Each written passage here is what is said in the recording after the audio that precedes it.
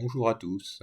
Dans cet exposé, mon propos est de vous présenter quelques aspects des traitements envisagés par l'Ayurveda pour accompagner les femmes qui subissent les tracas de la ménopause. L'Ayurveda propose des solutions pour apaiser les bouffées de chaleur, un symptôme très désagréable qui se manifeste pendant la période de transition qui amène les femmes à perdre leur fécondité. En Occident, parler de la ménopause n'est plus un sujet tabou, même si des freins à un dialogue serein existent encore. Cette étape de la vie des femmes n'est plus vécue comme une déchéance, même si certaines femmes ont du mal à l'accepter dans une société où les individus ne veulent plus vieillir. Donc, pendant la périménopause, la fluctuation des niveaux d'hormones entraîne des cycles menstruels irréguliers et l'apparition de symptômes tels que les bouffées de chaleur, des sueurs nocturnes, des sautes d'humeur et des troubles du sommeil.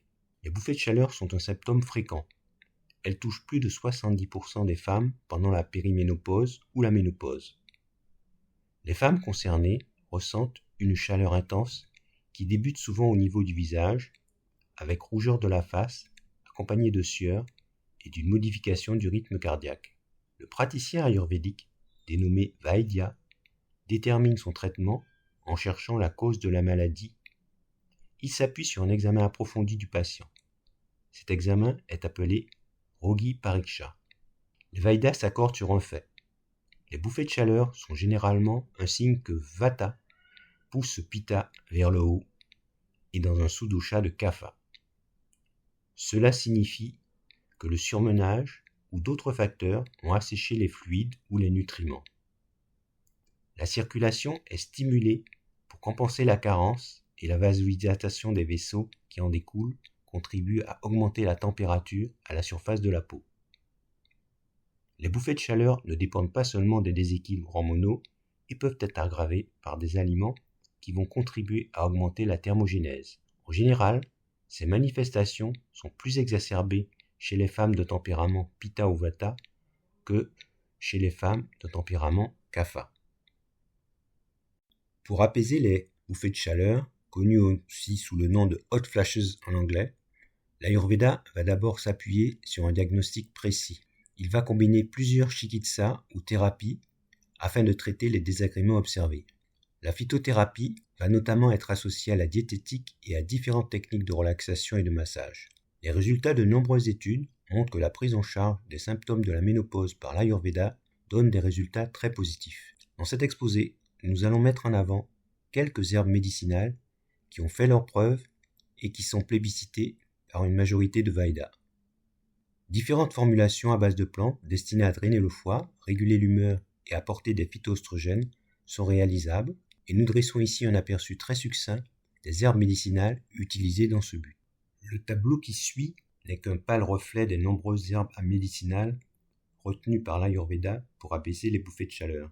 Je tiens ici à attirer votre attention sur le fait qu'une plante présentant un virya échauffant peut être utilisée dans une formulation. Ceci semble paradoxal puisque le but recherché est de faire baisser la température à l'occasion des bouffées de chaleur.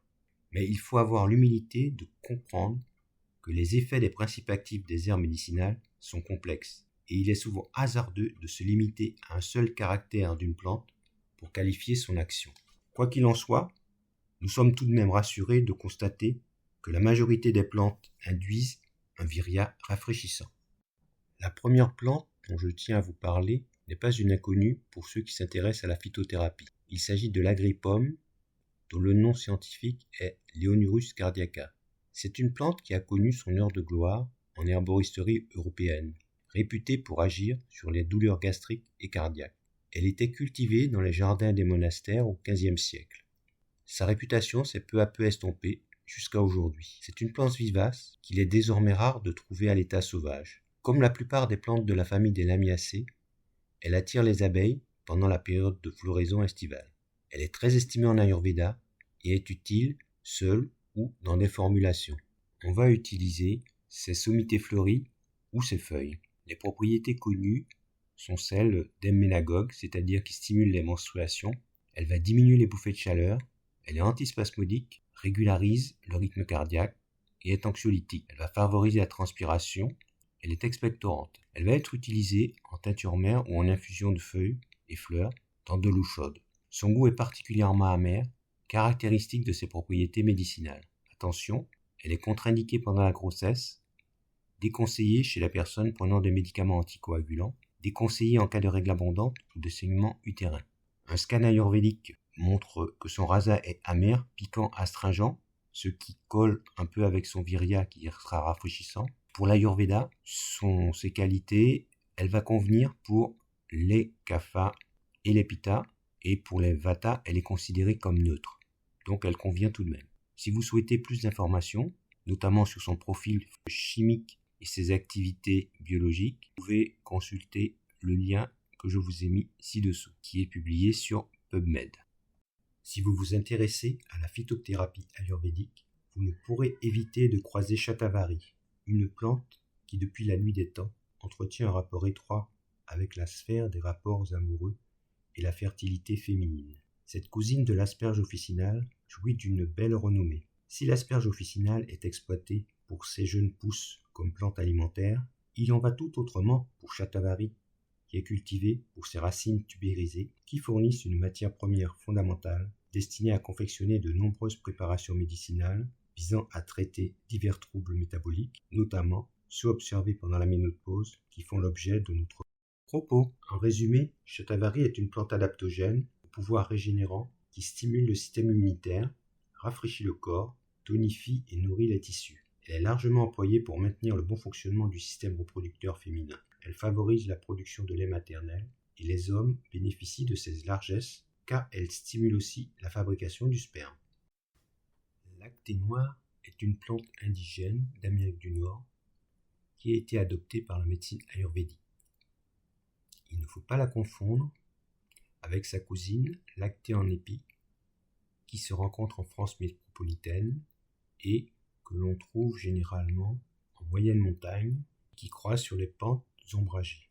Actea spicata est connue pour ses baies et ses graines toxiques et a longtemps été utilisée dans les préparations homéopathiques pour traiter les rhumatismes articulaires. En revanche, l'acté noir, Actea racemosa ou Simucifuga racemosa, dont on utilise les racines et les rhizomes, a été largement utilisé par les populations amérindiennes pour traiter les troubles physiologiques affectant les femmes, et des études pharmacologiques contemporaines attribuent ces propriétés à une régulation plutôt des hormones liées au cycle menstruel, notamment les estrogènes.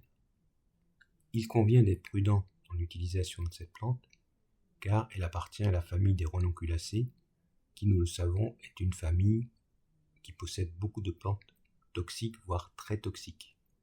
Sur le plan médicinal, si on respecte les contre-indications et les bons dosages, cela ne devrait pas poser de problème. Donc, impérativement, cette plante est contre-indiquée en présence de grossesse, de lactation, de cancers sensibles aux hormones et aux maladies du foie. De rares cas d'hépatotoxicité ont été signalés. Aussi est-il recommandé une surveillance de la fonction hépatique pour une utilisation prolongée. Si nous examinons son scan ayurvédique, nous constatons qu'elle a un rasa amer et astringent et un virya rafraîchissant. Ces éléments nous confortent pour comprendre son intérêt dans les problèmes liés aux bouffées de chaleur. Mais si nous devons bien reconnaître l'intérêt de cette plante pour traiter les problèmes de la ménopause, il est impératif de ne pas se lancer dans de l'automédication et de faire appel à des thérapeutes qualifiés avant d'utiliser cette plante. L'ashwagandha fait incontestablement partie du top 10 des plantes ayurvédiques. Présenté comme le ginseng indien, il s'inscrit parmi les plantes portant l'épithète rasayana, c'est-à-dire qu'il favorise la longévité et le rajeunissement. Aphrodisiaque réputé, il améliore la libido des hommes. Il est prescrit par les Védas en association avec le Shatavari pour renforcer le système reproductif des femmes et soulage les douleurs menstruelles. L'ashwagandha est aussi consommé pour ses propriétés narcotiques. Il favorise la relaxation et le sommeil grâce à certains principes actifs de nature alcaloïde. D'autres principes actifs ont un effet stimulant sur la thyroïde. Il est particulièrement recommandé pour la constitution vata. C'est sa racine séchée qui est utilisée, réduite en poudre et absorbée souvent avec du lait et du ghee dans la tradition campagnarde. Mais attention, son utilisation n'est pas sans danger. Il est particulièrement recommandé de ne pas le donner à la femme enceinte, notamment pendant le premier trimestre, ni aux femmes allaitantes. Attention à certaines interactions médicamenteuses. Il est préférable de ne pas l'associer avec des médicaments sédatifs, hypnotiques, antidépresseurs et antidiabétiques. Il ne faut pas l'utiliser en cas d'hyperthyroïdie, c'est une sage précaution. Son scan ayurvédique révèle un rasa amer et astringent, un virya chauffant, un vipaka piquant. En fait, il s'agit d'une plante sattvique qui apparaît très indiquée pour les tempéraments vata. Elle est plutôt réservée aux personnes âgées, même si certains Vedas la préconisent aussi chez les enfants à partir de la 10e année. Je vous présente maintenant la damiana, une petite plante qui a une longue tradition dans la culture d'Amérique latine. Elle est souvent présente dans les jardins créoles, notamment aux Antilles. Cette plante de la famille des Passifloracées est réputée comme aphrodisiaque. Elle soulage de nombreux troubles observés au cours de la ménopause. Les feuilles et racines sont utilisées dans de nombreuses formulations ayurvédiques, même si cette plante n'appartient pas à la pharmacopée indienne traditionnelle. Les pharmacologues qui s'intéressent au décryptage des propriétés de damiana ont notamment découvert qu'elle peut inhiber l'aromatase, une enzyme qui permet la conversion d'hormones thyroïdiennes en oestrogènes. Les mises en garde sont classiques. Il ne faut pas administrer cette plante à la femme enceinte, ni pendant l'allaitement. Des interactions avec la sécrétion d'insuline incitent aussi à la prudence lors de son utilisation chez les diabétiques. C'est une plante qui a la réputation d'être un bon tonique général et relaxant. Il faudra donc prévenir les personnes qui sont sous traitement sédatif ou antidépresseur de la manipuler avec précaution. Son scan ayurvédique révèle un rasa amer et un virya plutôt rafraîchissant. Le gâtillier, enregistré sous le nom latin de Vitex agnus castus, appartient à la famille des Lamiacées. Il s'agit du poivre de moine. En effet, au Moyen Âge, les baies rouges et jaunes du gâtillier étaient utilisés par les moines pour contrôler leurs désirs sexuels. Cette plante est connue pour diminuer la sensation de soif, réduire les bouffées de chaleur, diminuer les démangeaisons et les sensations de brûlure. Et c'est aussi un hyménagogue qui va nous intéresser ici pour ses propriétés contre les bouffées de chaleur. Il n'est pas facile d'expliquer le mode d'action des plantes, mais pour le gâtillier, des études suggèrent que des composés se lient aux récepteurs D2 dopaminergiques dans les cellules de l'hypophyse et réduisent ainsi la libération excessive de prolactine qui conditionne les symptômes du syndrome prémenstruel tels que la sensibilité des seins et les sautes d'humeur. Les effets de la plante se manifestent généralement après 2 à 3 cycles menstruels, ce qui correspond à au moins 8 semaines d'utilisation régulière. Des précautions classiques accompagnent l'utilisation du gâtillier. Il ne faut pas le donner à la femme enceinte ni à allaitante. Son mode d'action, qui fait intervenir des récepteurs à la dopamine, indique qu'il faudra faire attention à son utilisation lorsque des médicaments impliquant la dopamine sont en jeu, notamment les médicaments antiparkinsoniens. Son scan ayurvédique révèle un rasa piquant, un virya chauffant, un vipaka piquant. C'est une plante que les Vedas utilisent essentiellement pour les dérèglements pitta et vata. Il est très apprécié en Inde dans des formulations phytothérapiques destinées à soulager les problèmes qui touchent la ménopause et notamment les bouffées de chaleur. Je termine cette revue des plantes médicinales fréquemment rencontrées dans les formules ayurvédiques destinées à apaiser les bouffées de chaleur. L'armoise, Artemisia vulgaris, qui appartient à la famille des Astéracées, est aussi connue sous le nom de herbe de feu. Elle a toujours occupé une grande place dans la pharmacopée européenne, qui utilise essentiellement ses sommités fleuries et ses feuilles. L'armoise est considérée comme une grande herbe magique. Son nom lui vient d'Artémise, protectrice des vierges et des femmes malades. C'est la plante de la lune. Elle avait la réputation de soigner les maux de femme, particulièrement ceux liés au cycle lunaire. C'est donc une plante propriété hyménagome, mais aussi vermifuge, tonique et apéritive. À l'état naturel, on peut rencontrer énormément d'armoises. Il est vraiment important d'insister sur le fait que pour utiliser une plante, il faut être sûr d'avoir la bonne plante afin de bénéficier de tous les bienfaits de cette plante et aussi écarter les effets néfastes qui pourraient être amenés par une plante qui ne soit pas la bonne. En France, il existe notamment un risque de confusion classique avec Artemisia Verlotirum, dont elle se distingue par l'absence de souches traçantes et surtout des feuilles moins découpées et une odeur moins prononcée.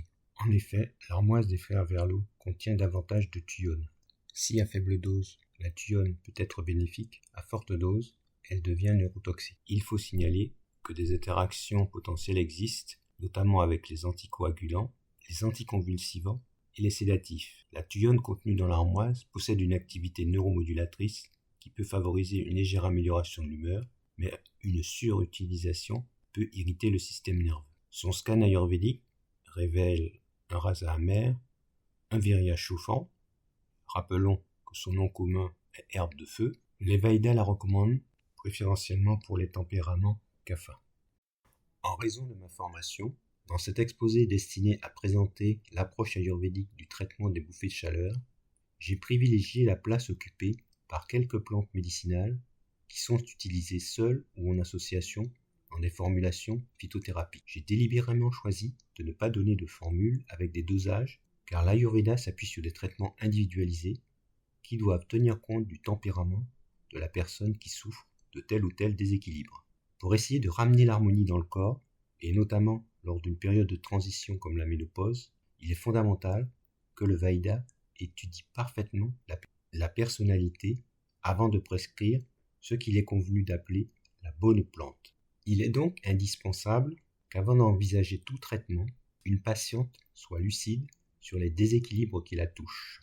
L'approche holistique de l'Ayurveda permet une prise en charge globale qui ne s'arrête pas à la phytothérapie, mais préconise aussi le recours à d'autres soins complémentaires comme la diététique, le sport, le yoga.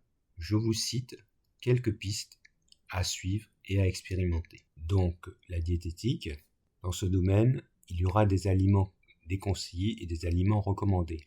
Évidemment, parmi les aliments déconseillés, nous trouvons l'alcool, le café et les aliments qui présentent un virya réchauffant.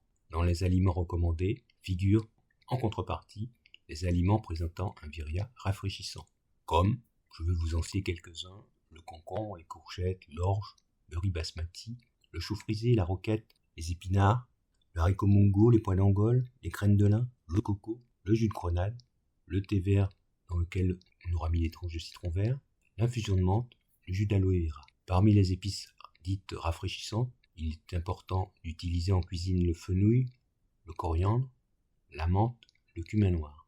Quelques compléments alimentaires sont souvent présentés comme bénéfiques, des compléments à base de vitamine E et du magnésium. L'autre grand pôle à associer à la phytothérapie et à la diététique, notamment, il est important de pratiquer dans la discipline quotidienne des pranayamas avec ce qu'on appelle la respiration rafraîchissante de Shitali. On peut aussi utiliser le Nodi Shodhana, la respiration alternée par les narines. Une technique particulièrement intéressante est le Shirodhara, qui consiste à verser un flux continu d'huile tiède sur le front au niveau de Ajna Chakra. Enfin, individuellement, on peut pratiquer des automassages ou se faire aider par des professionnels de l'Ayurveda qui vont pratiquer des abhyangas, massage complet du corps avec des huiles ayurvédiques qui seront particulièrement adaptées à la constitution. En cas de crise, le bain de pied dans une bassine d'eau froide peut apaiser les bouffées de chaleur.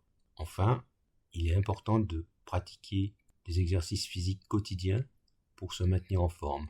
Ces exercices permettent non seulement d'harmoniser les énergies dans le corps, mais aussi souvent de calmer l'anxiété liée à une période de transition qui est celle de la périménopause et qui va aboutir à la post-ménopause. Voilà, j'espère que ce tour d'horizon vous aura permis de comprendre que l'Ayurveda peut vous aider et qu'il a une approche très holistique qui permet d'envisager plus sereinement une période parfois très difficile à suivre pour les femmes qui est la ménopause. Les femmes atteintes de bouffées de chaleur ne doivent pas se résigner à subir, mais elles doivent être actives afin de pouvoir surmonter toutes ces épreuves.